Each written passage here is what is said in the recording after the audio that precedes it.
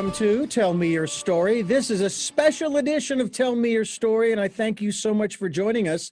Our regular broadcasts are 7 a.m. and 7 p.m. Sundays, Mondays at 1 a.m., streaming live at those times at richarddugan.com. We are also on SoundCloud, iTunes, TuneIn Radio, Spotify, Stitcher, Player FM, Blueberry, and many other locations. Too numerous to mention because I don't have enough air in the lungs to get it all in one shot there. But I thank you for reposting our interviews, our podcasts to other locations, and expanding our reach to others who are interested in what we're talking about, our guests and the ideas that they have that are they're bringing out. And we thank you for doing that. We are also on YouTube. You can watch these interviews with our guests. Some of our guests are just like me. We got a single camera shot. Other guests, they have a full studio. They've got 50 or 60 people sitting around just for a podcast, a video cast. It all depends on how you look at it. And I'll tell you what, I don't envy them in the least, simply because hey, you work with what you can, and I thank you for watching us regardless of where you are getting these programs, getting this information. Please continue to do so. Also, if you'd like to support the work that we are doing, we would greatly appreciate any support you could send us financially. That is why we have a PayPal and Patreon account that is for your security as well as ours. We are also asking you, I am not begging you, I am cajoling you, I am encouraging you to spend time during this, the decade of perfect vision, the 2020s, going within, spending that time being quiet, finding peace, find tranquility, and relax, rejuvenate, re-energize, listen to that still small voice. It is there for your benefit. It is not there to take you down some primrose lane or something of that nature.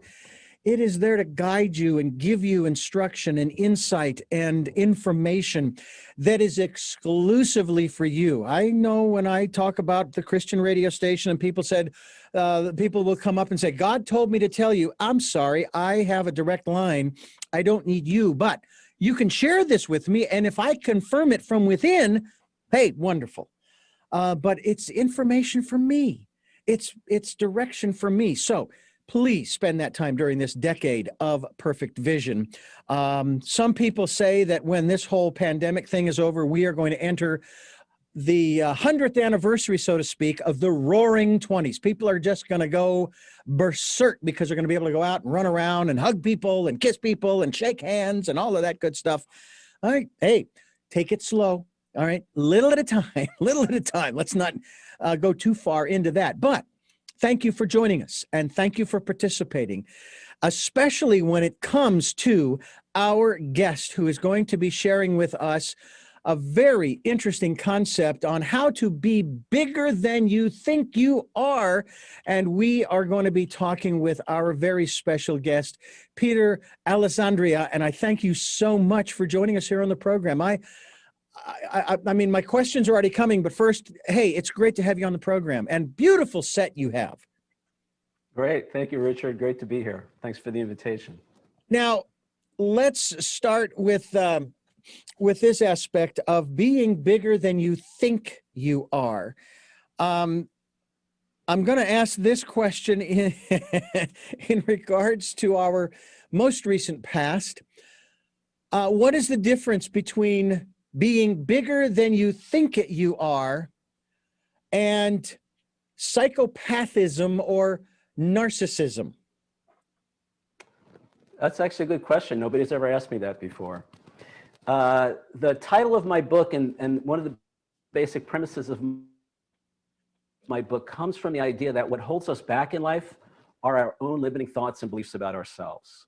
So for me, when I say be bigger than you think you are, it means overcoming those limits that I placed upon myself as to, one, how lovable I am, and number two, how capable I am.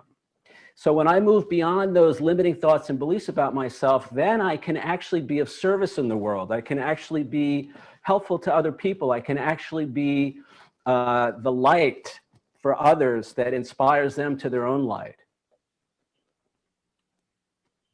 Well, I will tell you that one of the challenges that I faced early on in my career in this business, broadcasting.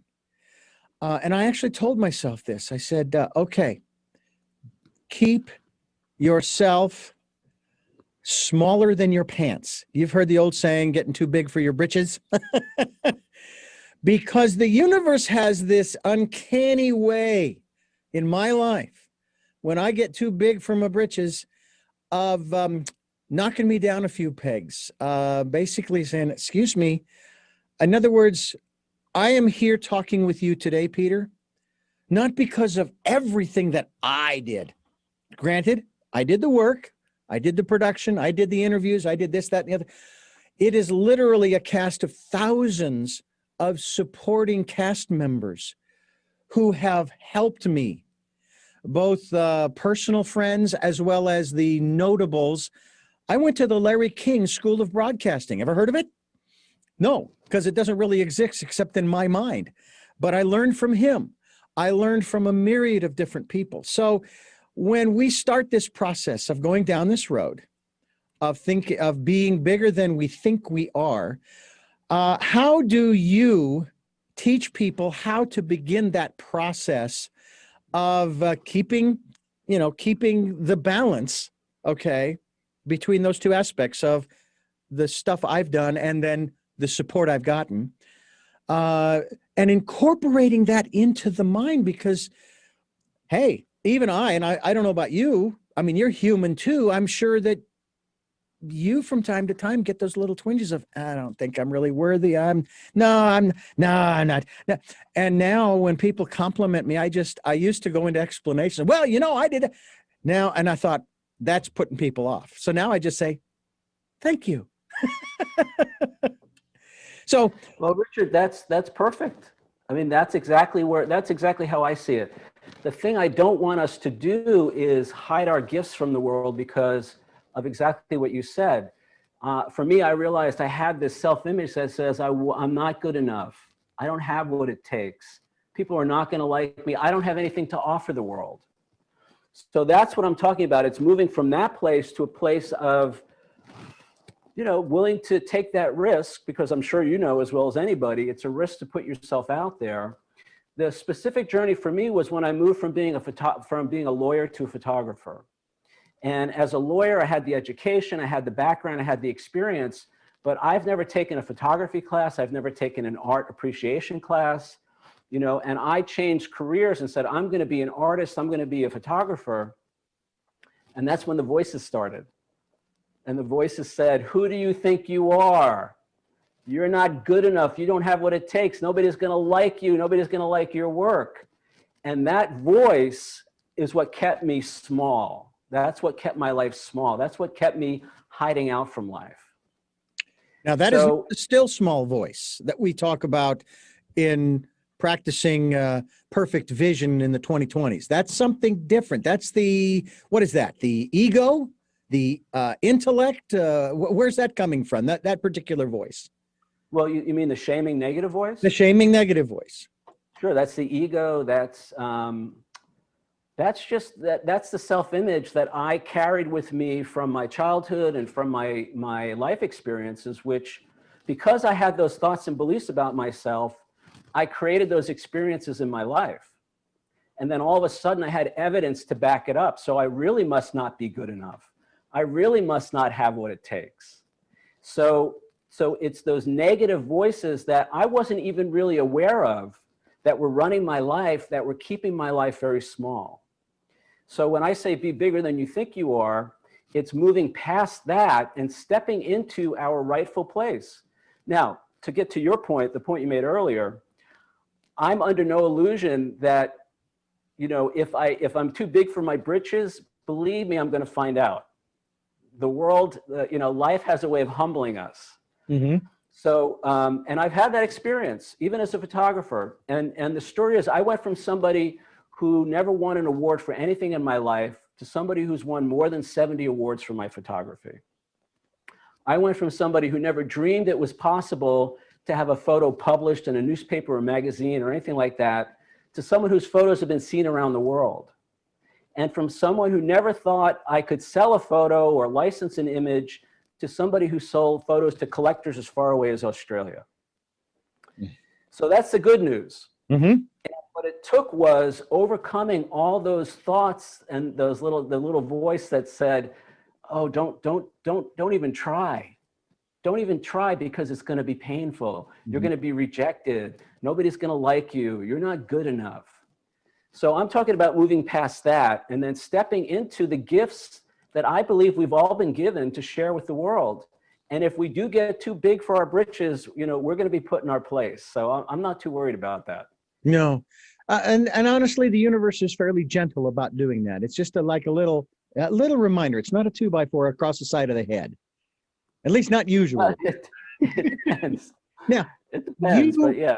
You and I were not born into this world with those negative limiting thoughts. Where in the world did they come from? He asked facetiously and knowing what the answer is.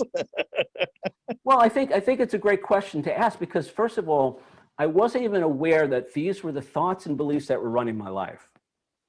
I just assumed that this was just the way I was, that I was just somebody who I had certain, gifts or talents, but it was a very limiting idea about myself. And then the idea of being visible where people, because as a lawyer, I never had to, nobody ever saw me. I never had to show myself. I mean, that was the other thing about being an artist. You know, when you put your work out there for the world to see, most people love my work, but there are people who've taken shots at me, you know, who have something negative to say. And so learning how to navigate all of that. You know, again, I'm not too worried about being too big, but I do notice that for me, a lot of those voices came from childhood experiences where I didn't understand because of the limited capabilities of a child. I didn't really understand what was happening. And children are egocentric, meaning they make everything about them, and children are literal. So when those messages came in by very well-intended, very loving, very giving, you know, wonderful parents, that when sometimes they were having a bad day or they were stressed or whatever, I took all that in to mean that there was something wrong with me, that I was not, I mean, honestly, it came down to this belief that I was not lovable, I was not worthy, I was not valuable, and that translates into not being good enough. We are talking with the author of Be Bigger Than You Think You Are. Website is BeBiggerToday.com, and it's overcoming our self-imposed limits to have the life we want. I will tell you, Peter, I've coined the phrase perceived limitations. We'll talk about that as we continue here on Tell Me Your Story, New Paradigms for a New World. I'm Richard Dugan, your host. Once again, my guest is Peter Alessandria. And Peter, I wanted to ask you in regards to this whole aspect of overcoming our self-imposed limits. In spite of what you said about how we got those messages from the outside world, i.e. the people around us who got it from people around them as they grew and so on and so forth. It's like this perpetual, I mean, you know, everybody's looking for, what is that type of machine that once you start it, it will never stop. And I'm trying to think of the name. It's not a specific name, but it's like the perpetual running machine. It's like, it's not exactly the kind of sustainability that you want, but it's being sustained one generation after another. And I made the comment that, you know, we weren't born with it, obviously. So how is it that you teach? What is it that we need to do to change those self-imposed limits and start looking at it? And the reason I came up with perceived limitations, well, I was born legally blind. And by the way, like you say, I've had no problem sharing. People know I deal with high blood pressure. I had type 2 diabetes back in July 2020. Don't have it anymore. Bye-bye. I don't mind sharing these things. And at the age of 36, had a lens implant. Now I'm driving. I drive a truck up and down the mountain pass to and from work every day. My wife and I have this travel trailer, et cetera, et cetera, et cetera. I was driving through LA traffic in 2006 and I was looking around going, wow, this is pretty cool. I'm actually never thought I would driving in LA traffic. So how do we convert that from self-imposed limits to self-imposed unlimits or unlimited thinking of self?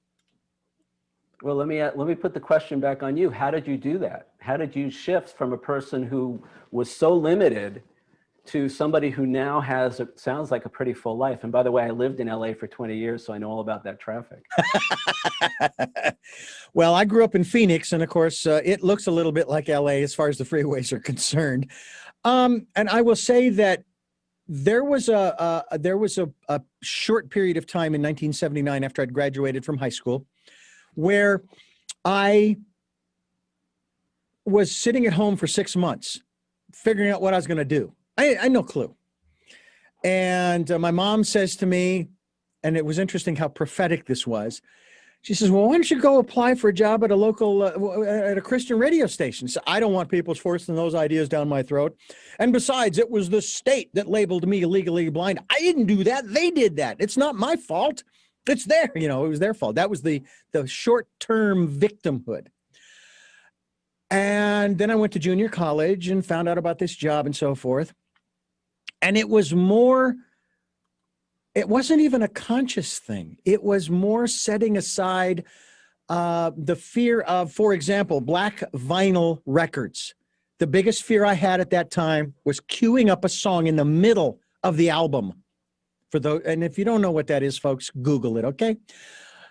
And I learned that I could queue up a record for airplay in 5 seconds from reaching back and grabbing it from the record rack.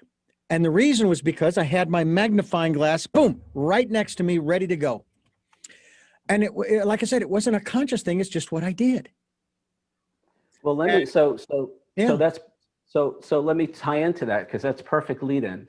So for me, I believe the first part of the process is just becoming aware that we have this stuff that's holding us back. Now, it may be conscious, maybe unconscious, but at some point we become aware. And as I say, the title of chapter 1, actually the title of this book used to be, Who Do You Think You Are? And now it's the title of chapter 1. And the reason I use that title is because I think that question is the most important question we can ask ourselves. For this simple reason, whoever we think we are is exactly who we're going to end up being in life. Mm.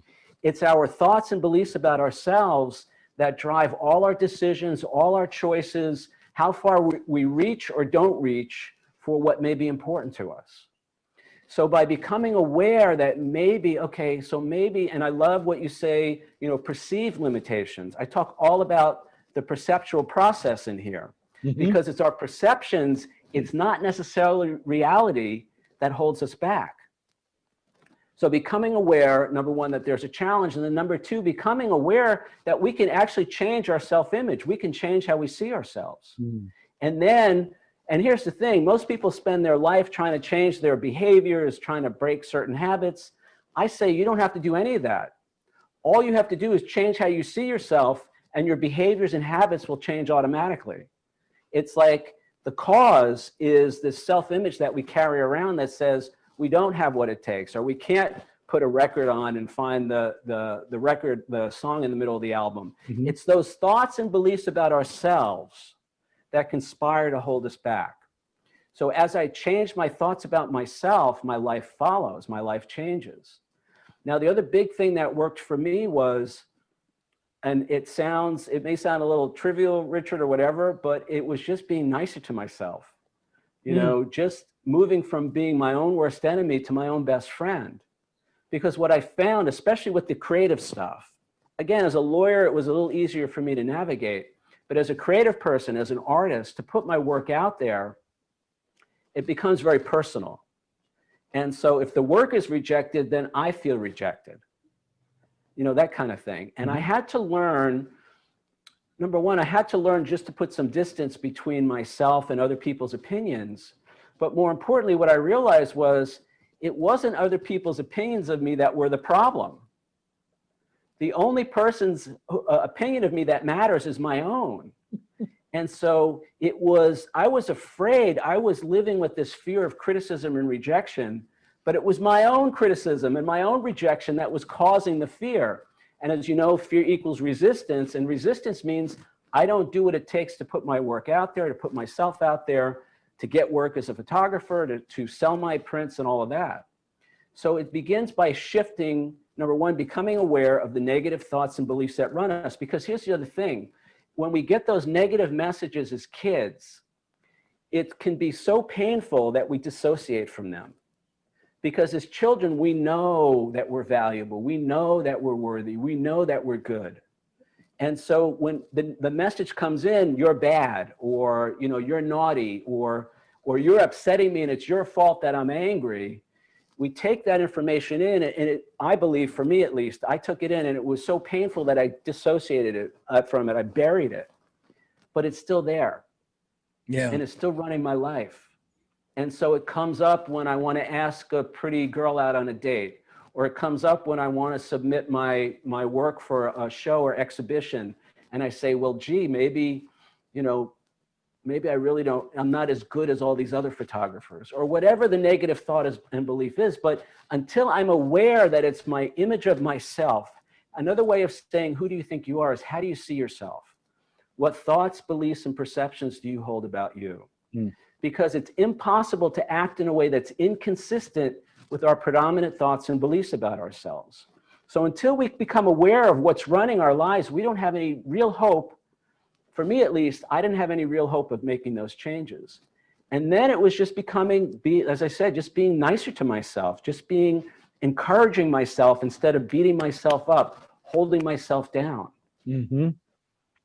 Peter Alessandria is my guest, and we are talking about his book, which is also, I love this, Peter, is also available in audio book format. Soon. It's coming soon. Okay, fantastic. And I would hope you are the one reading it. I'm reading it, I'm recording it, reading it, and editing it all in my living room. Oh my gosh. You too, huh? I have the soundproofing up. I got the whole thing. Excellent. I have to tell you very briefly that I was listening to audiobooks before audiobooks were called audiobooks. As I said earlier, I was born legally blind, so I was listening to what they called talking books for the blind and recordings for the blind. One was for leisure reading, and the other one was textbooks. I also had large print books too, but and that's so much fun. And I got to tell you, you have got to be having a blast, honestly, recording it and playing with the editing and all of this kind of stuff. At least I hope you are. I know that I would be. I have my moments. It's turned into a much bigger project than I thought it was going to be, because I've had to re-record a lot of it because of some technical issues. I mean, I knew enough just to get myself in trouble. So now I'm kind of undoing and redoing a lot of it. But I think within the next month, it should finally be done. Got to remember too, the book is 105,000 words. So there's a lot of material here. Yeah. So it takes a while to get it all. And I had to work on my delivery as a narrator and all that. So exactly. I mean, there are a lot of elements. I'll give you a few of my tips after with the interview here in that regard that might help you out a little bit.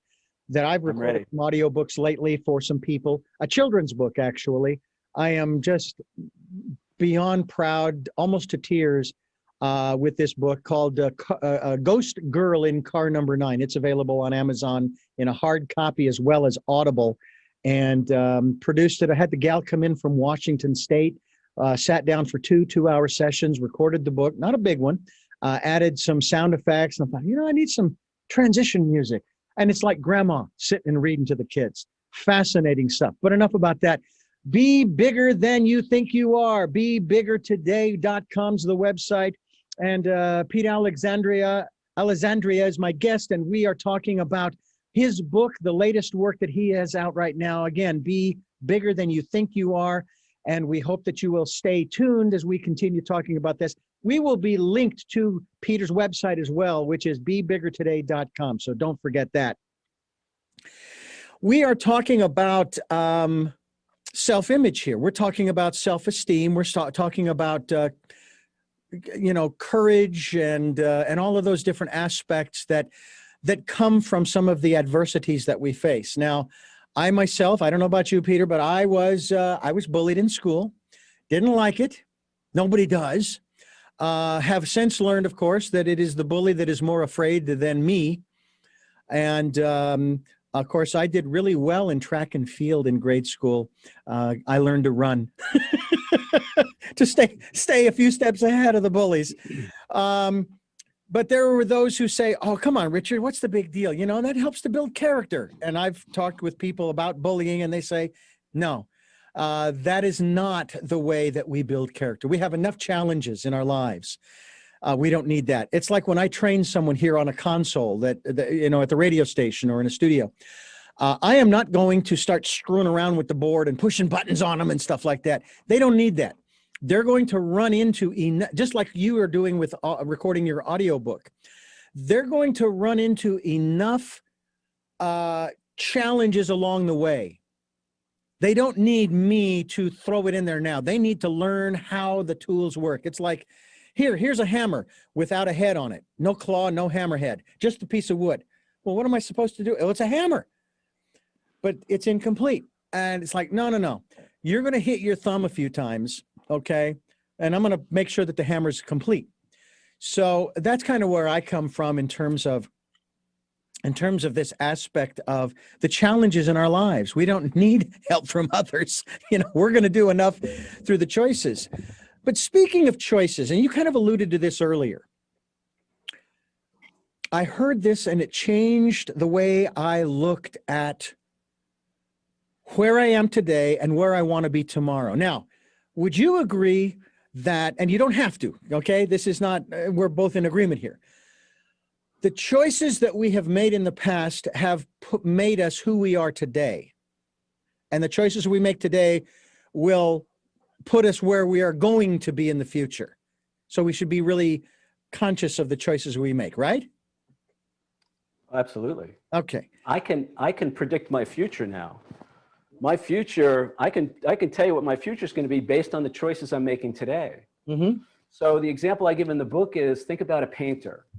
A painter has a blank canvas. So she starts by picking her brushes and her paint, and then she decides each choice of where to place that paint on the canvas. Mm-hmm.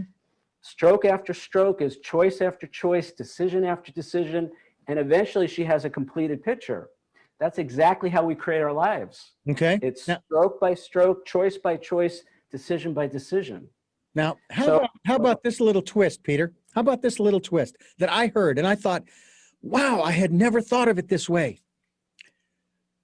Our perception of the future we think will be is going to determine the choices we make today. So yes, and so as I talk about in my book, in chapter 2, title of chapter 2 is Taking Responsibility. And what I've learned for me is that nothing will change in my life until I begin to take responsibility for it. And as I say, I can't change any of it until I take responsibility for all of it. Now, the problem with that is many people perceive responsibility, and me having been a lawyer, we look at responsibility as liability, as culpability, as guilt. Mm-hmm. And what I say in my book is, no, that's not the kind of responsibility I'm talking about. I say very clearly, responsibility is not the same as blame. Responsibility is not about liability, because the minute we get into that, then I don't want to take responsibility for my choices and my decisions. I don't want to take responsibility for my life, because then it just becomes more evidence that I'm a bad person, that I'm a screwed up person, that I got problems because I can't handle my life. So what I say, responsibility is about awareness, accountability, and action, the 3 A's. So I become aware that what I've done has had an effect, perhaps a negative effect on myself or somebody else. I become willing to be accountable if there are negative impacts on myself or another person. And then I take action to set things right. That's how I look at responsibility. And I take responsibility for my part in things. I don't take responsibility for somebody else's part. And by doing that, that begins this process where now I have an opportunity to actually make changes in my life. Because chapter 3 in my book, the title of chapter 3 is called True Power and True Happiness. Now, true power is what we were talking about a minute ago, where we make conscious and deliberate choices and decisions about how we're going to act or react. Okay. And again, what I found so fascinating about this gentleman's comment in that regard was the fact that, again, I hadn't really looked at it quite that way. And again, it doesn't change a whole lot. I mean, it really doesn't. It doesn't, transform my world and okay, now I'm thinking totally differently.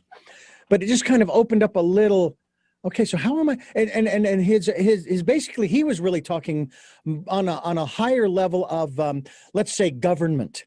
All right, they're making choices today based upon the way they would like to see the future. Okay, in terms of other countries or the economy or the pandemic or whatever it is, they want it gone. The pandemic, as we all do. Let's talk about something simple.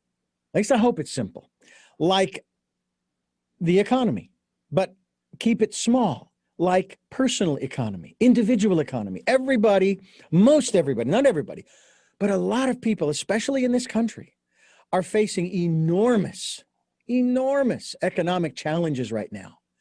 I don't think anybody's immune. I'm not immune from it. And we are trying to figure out how to move forward.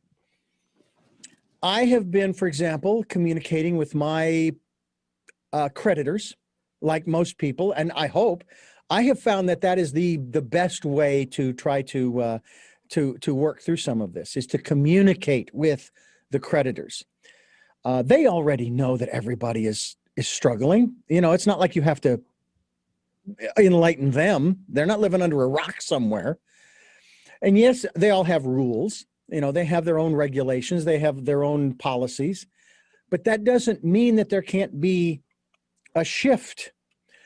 So when it comes to our personal economy, many people don't think that they're worthy of a 4-figure income, a 5-figure, 6-figure, 7-figure. Not that that's necessarily the most important thing, but even the growing forward in that regard, they don't think that they don't think they're worthy. There's a song, I know you're familiar with it, just like me, Amazing Grace. And I heard it for the first time with new ears the other day. And this kind of goes to your whole aspect of be bigger than you think you are. Amazing Grace, how sweet the sound that saved a wretch like me. Not me, but a wretch like me, okay? But the key word there is wretch. And I'm going, wait a minute. And again, depending upon your philosophical bent, Peter, God didn't create junk. And if you do accept the philosophy regarding the sacrifice, we had to have value from the very beginning of creation, or there would have been no sacrifice. Why would you, for example, go out of your way for, say, your kids if they didn't have value to you now? And that what you're going to sacrifice in their names is going to make their lives better. You've heard the phrase from parents, I want them to have a better life than I had. Okay? So I'm not buying the wretch like me anymore. I can't. Beautiful song, don't get me wrong. But we are inundated from all over the place, Peter, with, no, you're not worthy. I got this at the Christian radio station, Peter, over and over again. Talk to me about that mindset that literally it permeates.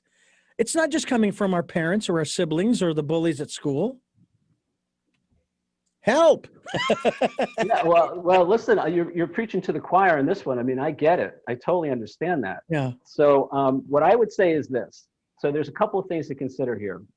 It's our perception of ourselves where it all starts and ends. And we have the power to change that perception. But until we're aware that who we think we are, remember, who do you think you are is the most important question you can ask yourself. until I become aware that who I think I am is a miserable wretch, or I'm a fan of A Course in Miracles. I don't know if you're familiar with that. Course in Miracles says, you think you are the home of evil, darkness, and sin. And I read that, I was like, that's right, I do. And then I thought about my life, and I had all this evidence that proved that I was a wretch, that I was evil, that I had darkness within me. But what we don't understand is the beliefs precede the experiences.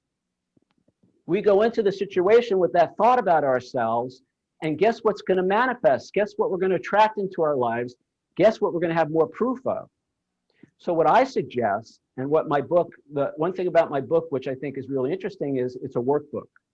So at the end of each chapter, there are questions, written exercises that you can do. And the other thing I'll mention is, if any of your listeners are interested, every Wednesday night at 7:30 p.m. Eastern, I do a live Zoom workshop. And we're going through the book chapter by chapter. Actually, it's almost paragraph by paragraph. It's open to anybody who wants to join us. They can find out more information on the website. But what I do is I try to take people through the practical aspect of reprogramming. It's literally reprogramming our thoughts and beliefs about ourselves. And part of that is questioning all those negative thoughts and say, is that really true? When I was submitting my photos for some of the shows and exhibitions that I was doing, I would be filling out the application, and the thought, this voice in my head, which we talked about a minute ago, would say, you're just kidding yourself. You're not going to get into this show. You're no good. And I would stop, once I started on this journey, I would stop myself and say out loud, is that really true? Do I really know that that's the truth? Or is that just something that I made up about myself a long time ago based on things that happened to me, which I had no control over and no understanding of? So we want to begin to reprogram. Now, in my book, I give some specific tools. And it's everything from simple affirmations to something called a mind movie, which is a visual and auditory representation of the new you. It's a video that you can play on, that you make on your computer or your phone, and you can play it. And it's a daily reminder of who you really are, of your, whatever it is you want to create with your life. And if you want to move beyond, gee, I can only make $10,000, a 5-figure income each year. If you want to move to a 6-figure income, unless you see yourself as somebody who's capable of that and somebody who deserves that, it's going to be very difficult to overcome that. So I have specific tools in the book that begin to reprogram. It's all about reprogramming. And then it's about consciously and deliberately changing our idea about ourselves. And I have so many different examples in the book of where, when I changed who I thought I was, when I changed how I saw myself, all kinds of things opened up to me that before were not possible. Now, let me say real quick. So we start by taking responsibility. We don't beat ourselves up. Responsibility is not the same as blame. And then it's the understanding that so we have to, so chapter 3 in the book is called True Power and True Happiness. And I describe power as follows. Well, actually, so when I talk about taking responsibility, there are 4 things that we can take responsibility for in the world: our thoughts, our feelings, our words, and our actions. Now, it's really important relationship between these 4 things, because our thoughts lead to our feelings lead to our words and actions, and our words and actions lead to the outcomes that we experience in life. So if I start with crappy thoughts, I'm going to have crappy feelings. If I have crappy feelings, I'm going to speak crappy words and take crappy actions. And if I speak crappy words and take crappy actions, I'm going to experience crappy outcomes in my life. Now, the opposite is also true. If I start with positive thoughts, positive feelings, positive words and actions, positive outcomes. Those are the only 4 things I have control over. Those are the only 4 things I have power over in my life. But those are the only 4 things I need power over to create the life that I want. And by definition, that means I'm powerless over other people's thoughts, feelings, words, and actions. I'm powerless over the economy. And to a certain degree, I'm powerless over the government. I have to start with what I have power over.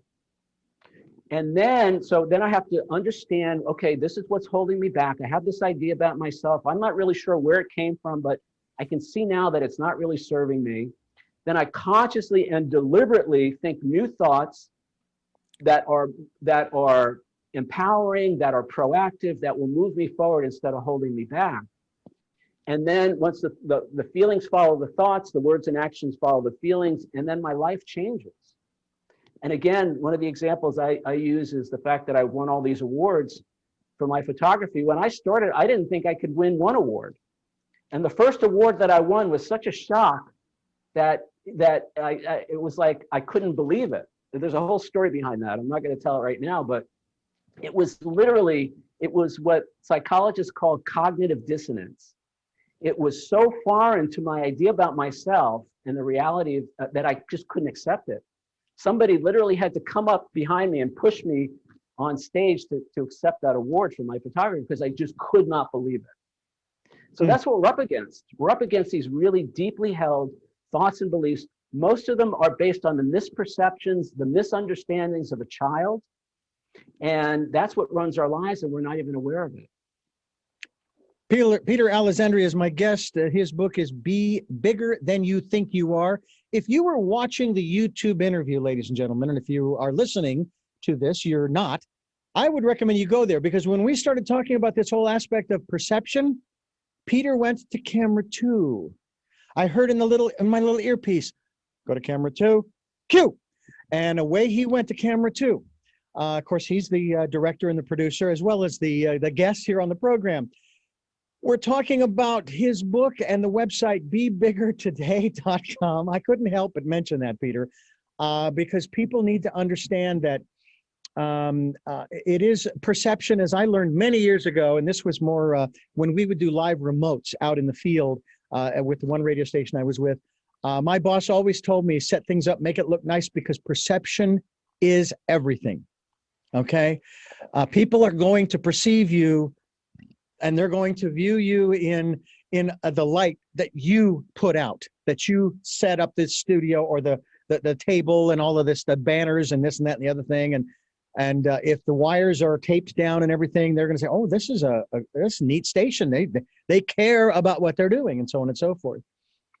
So I've always been frustrated here in the Santa Barbara area. And I'm sure that LA was like this. You had mentioned earlier that you lived in LA for a while. The standard business attire is basically your appearance right now. For those not watching the video, once again, he is wearing a nice long sleeve shirt, dress shirt, and a nice dark blue tie. All right. And it's that traditional, what is that? What kind of a knot is that? I can't remember now. It's the only knot I know how to make. So that's right. I was going to say Oxford or some a Windsor knot. That's it. I think it's a Windsor knot. Anyway, and in Santa Barbara, the standard business attire is Hawaiian shirt, shorts, and flip-flops. And when I see people come in to the station, my boss is always dressed nicely, not necessarily a tie, mind you, or a dress shirt, but he looks business oriented. And they come in looking like the flip-flops and the shorts and everything. I'm going, what the heck? I know this is Santa Barbara, but you know, when they say the clothes make the man or the clothes make the woman. And when I put on, like I'm wearing a flannel shirt, okay, but it's a long sleeve. I am wearing jeans, okay, but I'm wearing some nice brown loafers, you know, that look good and feel good and everything. And I feel it's casual, but still it shows an air of, I care about what I'm doing. And you talk about our thoughts, feelings, words, and actions. And it seems to me that I don't care how successful someone is, and that's maybe something we should talk about as well, this whole be bigger than you think you are, that there's an element that we talk about on this program an awful lot, Peter, and that has to do with the concept, the construct of success, or even putting it in a broader term, happiness. Declaration of Independence says that we have these inalienable rights, and they are among them, not all of them, but among them are life, liberty, and happiness. Oh, wait a minute, I'm sorry, that's pursuit of happiness. We don't get that. See, I don't know why they couldn't give that to us too, you know, but be that as it may. And so we try to define what that is. So when it comes to being bigger than we think we are, where does happiness come into this picture? So happiness comes in chapter 3 in my book. We're just going right down the list, aren't we?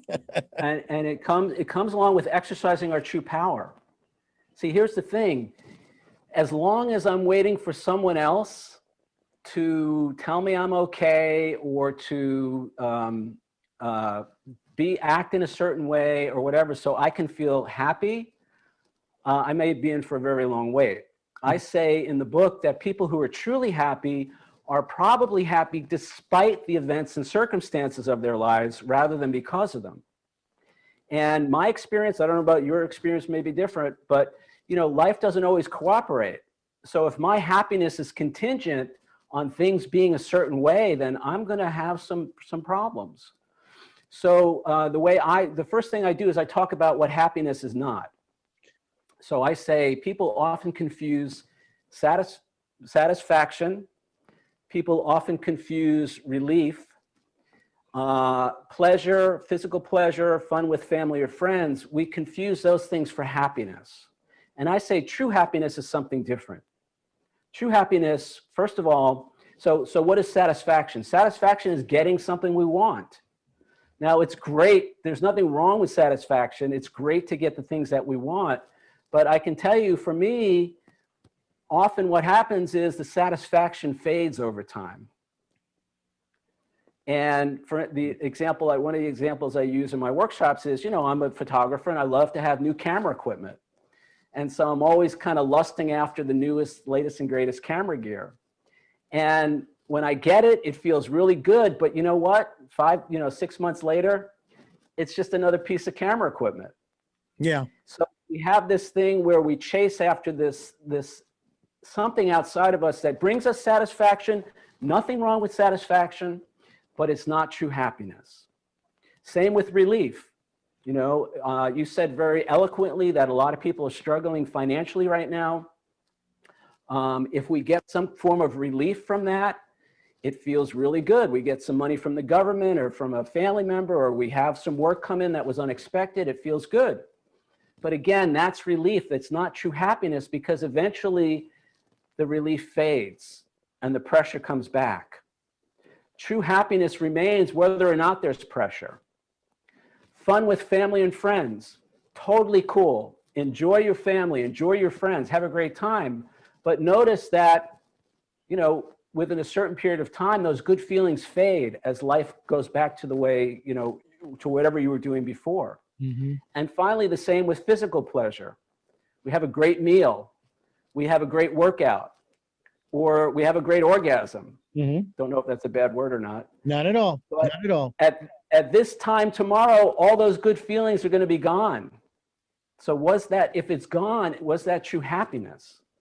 So what I say is true happiness is an ongoing internal decision to feel good no matter what, to feel joy no matter what's going on outside of us, to feel happy regardless of whether they like us or hate us, whether they buy my book or they don't buy my book, whether I'm going on vacation next week or not going on vacation.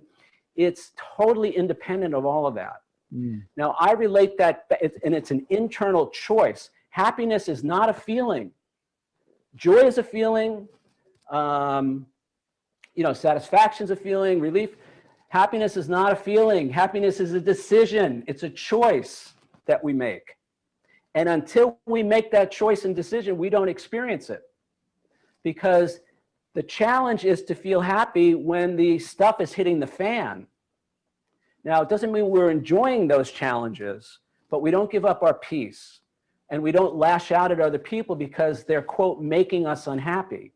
I say in the book, the biggest lie that we tell ourselves is that other people make us feel something, whether it's good or bad. We are always and only choosing our own feelings. We like to blame other people for those feelings, but the reality is we're always choosing. So, and this goes to what you were talking about earlier, we're always choosing, and we always get to experience the consequences of those choices. Yeah. Now, just the last point on the happiness thing, what I describe in the book as true power is when I consciously and deliberately, so I define true power as the ability to consciously choose and or change our thoughts, feelings, words, and actions. Now, it's easy to choose good thoughts and feelings when things are going my way. The real challenge is, do I still choose positive thoughts, positive feelings, positive words and actions when somebody's in my face telling me, you know, they're not happy with whatever, or when somebody steals my parking space at the mall, or when a family member is not acting the way I think they should be acting with their kids. There's all these reasons where I give up my peace, where I give up my happiness, but it's always because you're acting some way that makes me feel bad. It's not true. Yeah. We're always and only responding to how we see ourselves in that situation. Here's what happens.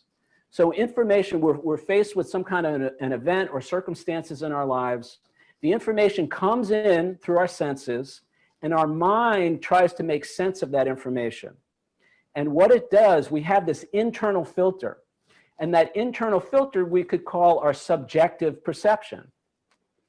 And what happens is that filter takes that information, passes the information through that filter, and then what we do is we assign a meaning to that event.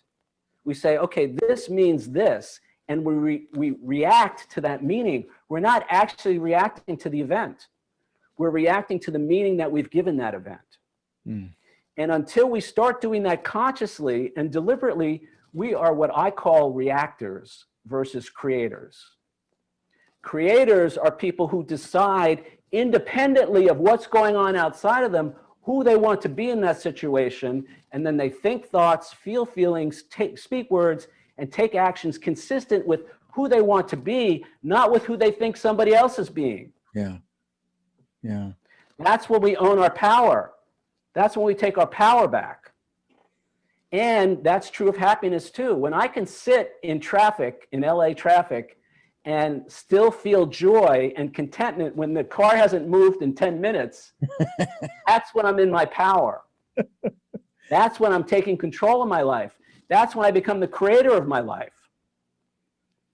Whereas if I'm a victim, if I'm sitting in traffic and I'm feeling victimized by it, guess what? I just gave my power away. And once I give my power away, I'm no longer taking responsibility. And when I don't take responsibility, I can't change how I feel. The situation has to change so I can feel better. That's a recipe for powerlessness and an unhappy life. In my book. Yeah. Pun intended. Pun intended, and pun accepted. It's interesting too how in the last in the previous election cycle of 2016, I would epitomize that campaign, and I'm not speaking of specific individuals here because we know who was participating. I saw that entire presidential campaign as the campaign of victimhood.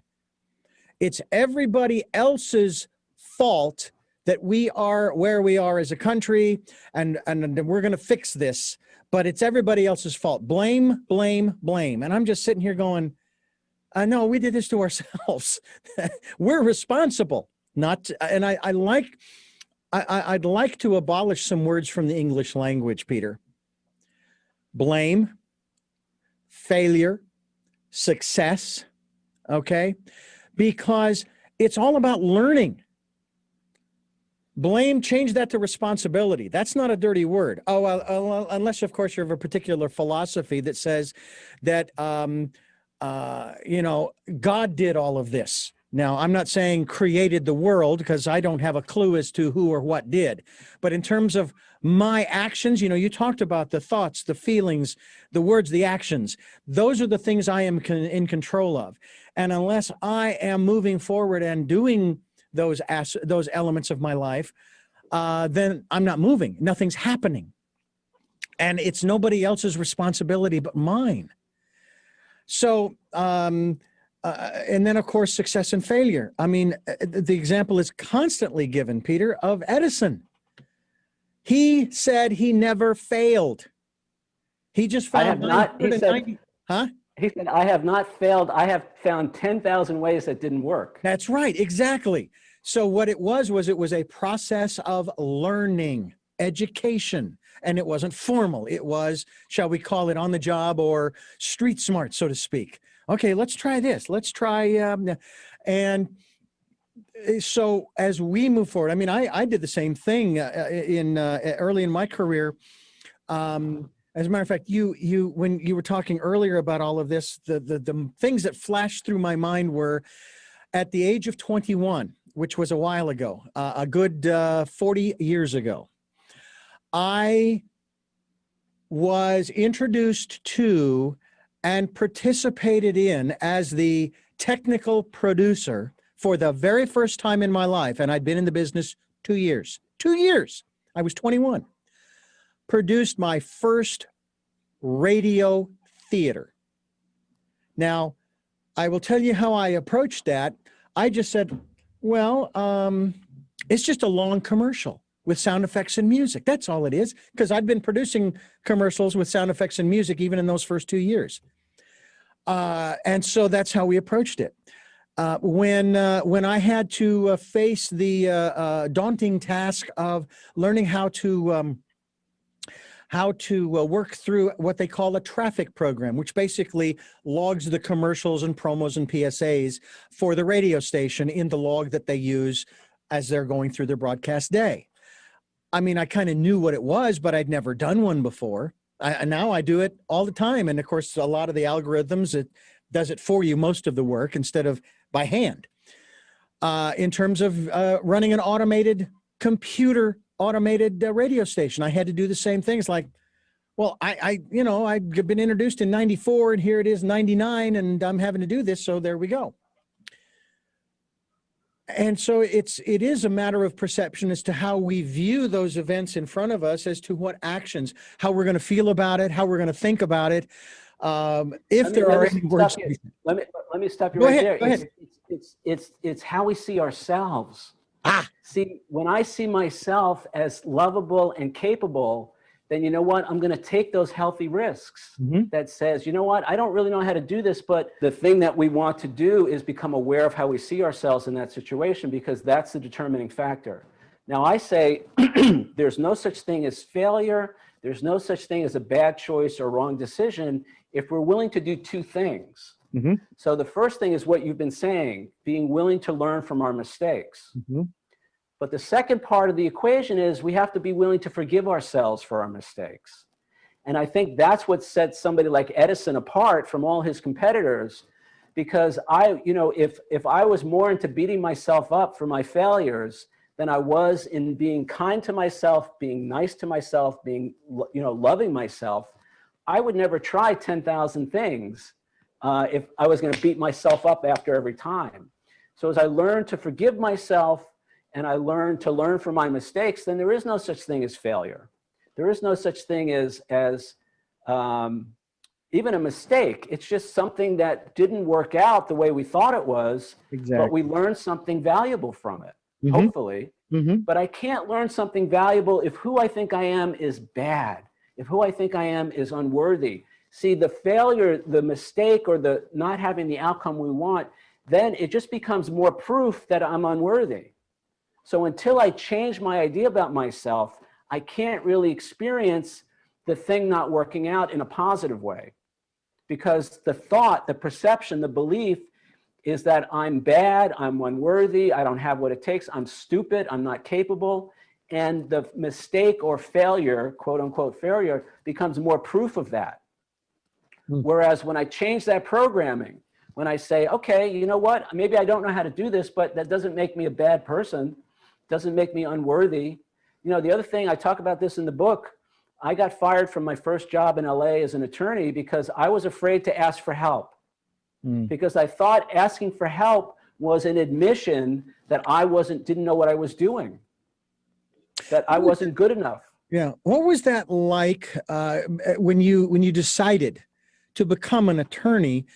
And you looked up that hill knowing at the top of that hill was the bar exam, but that was a long way off. Was it daunting to you, or did you compartmentalize it into just small steps? Well, I'm a big believer in doing small steps, and I can talk about that. But I have to say, being a photographer is much harder than being a lawyer for me. You know, the law stuff, I can't say it came easy, but it was, you know, it was more manageable for me. Because it wasn't so personal, you know, whereas with the photography stuff, I mean, this is one of my photos here. And you know, my heart went into this was in the middle of the night. This is Manhattan. That's the 59th Street Bridge back there. And I found this vantage point. I had to climb up on the top of this building. I had to set up my camera. I had to wait for everything to be perfect. So, because I had this vision in my mind of having this isolated shot of a taxi cab with all the traffic moving around it. I had to get up at 3 o'clock in the morning, drive to Manhattan. You know, it was so much, you know, being a lawyer was so easy compared to this, you know. Something that I do a lot is I follow the full moon around New York City. So I have to be up in the middle of the night in some not so nice areas of New York City by myself or with friends. And I live about 45 minutes away, so I got to drive. And we go in the middle of the winter when it's freezing cold out. You know, it's a lot of work. Yeah, yeah. Well, so, the same rule applies in comedy as in photography. Timing is everything. I have to tell you that in college, I took a black and white photography course. To the extent that I went full bore. My brother didn't care for this, but I did it anyway. Set up some shelving in our bedroom. I got the chemical trays and the chemicals, all of that stuff. I had a little container canister to develop the film. I had the trays to develop the paper. I had an enlarger. I could go from taking the picture all the way to the print. And I have to tell you how much I loved it. And it was probably the comparison I would give it is I loved building model planes, rockets, ships, cars, and so on and so forth. To the extent that I put these little eye bolts, we had plaster ceilings. So I would put the eye bolts in the ceiling, and we had to put desk lamps on the desks in our bedroom because I'd blocked out the overhead light from so many models in the ceilings. Oh, that's cool. But photography was such a wonderful thing. And I had the same kind of problem as you because of my vision back then. I had trouble with the whole aspect of contrast. And it looked good to me. And then, of course, my instructor was saying, well, that's fine. It may look good to you, but what if you're doing this for a client? What if they don't like that much or that little contrast? And that's when I kind of said, well, I guess I'll be doing this basically for myself. But it was such a joy, such a blast. Now, that's something I want to talk to you about before we wrap things up here. We are talking with Peter Alessandria, and he's got a book. It's entitled Be Bigger Than You Think You Are. We hope you'll go to bebigger.com and find out more. We will be linked to his website as well. I want to ask you about this aspect of the term is being in the zone. Okay. When we see athletes, or even myself, when I'm doing production, and I will look at the clock when I start, and then I'll just kind of glance up at the clock, and I'm just about finished. I'm going, what do you mean it's 4 hours later? You're kidding me. And I finished the project, like the book Ghost Girl in Car Number 9. And I go back and I listen to it, and it's like, wow. And I am amazed, not egotistically, mind you. I separate myself from my work, my personality from that. And I'm going, I mean, like I said, I stuck the CD in the CD player in the car one day, and I was in tears because it was like, I can't believe how good that sounds. That is so cool. Who did that? You know, that's kind of where I come from. What about that in terms of? That's being bigger than you think you are right there. Yeah. That's really cool. If we listen to those negative, if we listen to those negative thoughts, we would never share our gifts with the world, you know. And that's what I want people to do. My mission with this book and with my life now is to inspire people to move beyond the negative thoughts and beliefs, the self-limiting thoughts and beliefs, so they can actually share their gifts and talents with the world and make the world a better place. Yeah. You know, I want to inspire people. When I speak to audiences, they could be students or they could be adults, you know, photographers. You know, I always get people who come up to me afterwards and say, oh, that was so inspiring. Now I want to try this, you know, with my photography or with something else. Mm-hmm. I had an experience. I was invited to go down to South America, Colombia, South America, and I spoke at this college during their international week, where they brought people in from out of the country to speak. And I spent a whole week, and I was somebody, I also talk about this in the book, I was somebody who was terrified of public speaking. I mean, the only reason I was able to do that or even do this in this moment is I've changed how I see myself now. So I don't beat myself up so much. I'm not so hard on myself when I do things like present. And at the end of the week, so I spoke at 3 or 4 different colleges, probably 1,500 students. And it was the last night in Colombia, South America. I'm getting ready to go back to the US the next day. And I was out photographing the city with one of the translators from one of my talks. And I was showing him and his wife how to do some nighttime photography. Now, we were nowhere near the school. We were on the complete opposite end of town. And there was a group of college-age kids not far from where we were. And at one point, one of them came over and he walked right up to me. He must have overheard me speaking to the translator and his wife. And he said, I know who you are. He said, you're that photographer who's in town and talking about your photography from the US. And I was a little surprised, but I thought, okay, so he must have attended one of the lectures. So I said to him, I said, how did you like the program? How did you like the talk? He said, oh, I didn't see you speak. He said, my friend saw you speak, and he's been telling everybody about you because you inspired him to pursue his dreams in life. Oh, wow. Now, when I heard that, I was just, my mouth just dropped, you know, and I looked at the translator and he looked at me and started nodding. And it was that moment when I realized, you know, when we become bigger than we think we are, we give our gifts back and it helps other people. You know, it's like we inspire other people to their own greatness, not in an arrogant way. This is not about, look at me, I'm this great photographer. Because I go and I talk about, I was filled with self-doubt. I mean, it's embarrassing, some of the stuff I've written in this book, you know, because I was afraid to show my photos on Facebook when I started. Mm. That's how mired I was in the self-hatred is what it was, the self-loathing, that I couldn't even show my photos on Facebook. So when I reveal that to people, when I talk about self-doubt, I talk about self-recrimination, you know, a big source of the fear that I felt, as I said, it wasn't somebody else's criticism, it was my own. It was my own self-recrimination that was creating all this fear and anxiety. When I talk to people about that, just like you're doing right now, they start nodding because I have yet to meet somebody who doesn't have some of this. Now, I don't have the greatest story in the world. I didn't overcome cancer. I'm not, you know, I don't have this huge thing. But what I have found is that everybody, at least a little bit, relates to what I'm talking about here. And it's my belief that it's this self-doubt, the self-loathing, you know, I'm not good enough, nobody's going to like me, that keeps us from sharing the gifts that I believe God gave us with the world. So my goal, my vision, my mission is to inspire people to move past that so they can make that contribution, so they can be of service, so they can make a difference in the world.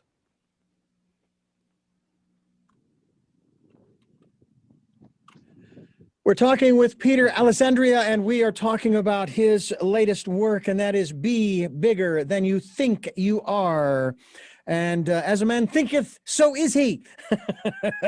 Also, raise up a child in the way he should go, and when he gets old, he will not depart from it. And I have been a firm believer that that's a two-edged sword. When you see adults behaving and acting and doing the things that they're doing, it's because that's how they were raised. And if you want an adult to be a particular way, and I don't mean programming here, then you are going to raise that child up in such a way as that's how they will become fully human. And that's what we're talking about here, is really becoming fully human. And Peter, I want to thank you for joining us here on the program. Before I let you go, I do have 3 final questions for you, but I really appreciate the insight. I mean, we could literally go on for another hour talking about this. And to me, this is all, it's just all extraordinary. It really is. Thank you. I feel the same way. I want to remind our listeners. Go ahead. No, go ahead, please. No, I just going to say, I hope everybody else feels the same way. Well, I hope they do too. And the thing that I've always been fascinated by is it's not only the things that we have control over, thoughts, feelings, actions, and words, but it is also the choices that we make that are going to determine where we're going to be tomorrow and the next day. And that's why this program is designed to bring people choices and knowledge of those choices to help make their dreams come true, whatever they are. So we encourage people to do that. We also encourage you to go to richarddugan.com to listen to the podcast, as well as SoundCloud, iTunes, TuneIn Radio, Spotify, Stitcher, Player FM, Blueberry, and other locations. We're on YouTube, where you can watch this interview and watch the 2-camera shot that Peter has been playing with here on the program today. And one of these days, who knows, we'll advance. I was not going to do video until July of last year, only because I can't just sit down and away we go. I have to make sure everything is set, and I have to make sure what's behind me, which in this room is not the greatest with the soundproofing, but it ain't bad. Normally I'm in another room and I have a virtual screen behind me, green screen and so forth, but it was not available for this particular interview. Whereas with radio or audio, I just flip a switch, start recording, and away we go. So there's a little bit more planning. I'm getting used to that. And actually, I'm getting more efficient at having it all ready to go, so that I just almost flip a switch and away we go. Also want to make sure that our listeners know that if you'd like to support the work that we are doing, we would greatly appreciate any financial support you can offer. That's why we have a PayPal and Patreon account for your security as well as ours. We also ask you to participate in the Decade of Perfect Vision, the 2020s. And that's something we didn't really get into that much, although we did talk a little bit about the other voices that people listen to, a lot more than the one voice that would help them to get beyond that. And I think we'll have you back to talk more about that next time. What do you think? That's my next book. That's your next book. Well, perfect. See? We're in sync here. We're in sync. I don't know where it is, if it's here or if it's here or if it's out here somewhere, but I don't care. It's always nice to know that there's some synchronicity in the universe.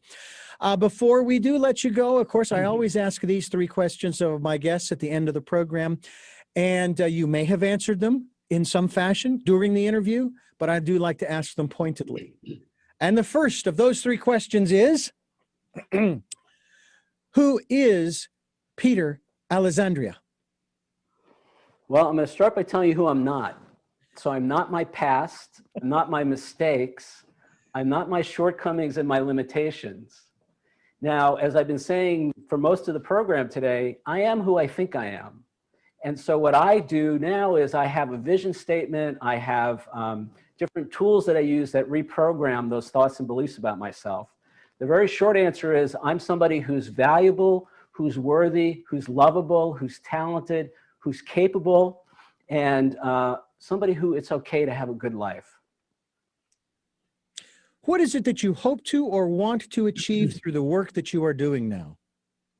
Well, as I mentioned a few moments ago, my mission with the book now is to help people overcome those obstacles, those limiting thoughts and beliefs that they have about themselves, that literally cause people to give up on their dreams, that cause people to not pursue what makes their heart sing, and thus that stops people from making their greatest contribution to life. So I'm here to inspire people, I'm here to encourage people. As I said, Richard, every Wednesday night I do a Zoom workshop. Everybody's welcome, it's open to anybody who wants. You can register on my website at bebiggertoday.com. And we talk every week about how to move past those blocks so we can have the life that we want. And finally, what is your life's purpose? My life purpose is to share this message.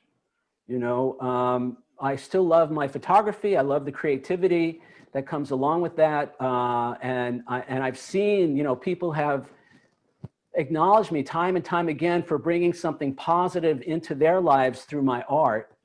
But this is really the forefront now for me. My goal, my mission, my vision is to elevate the planet in terms of our consciousness, help people see themselves as more lovable and capable than they think they are.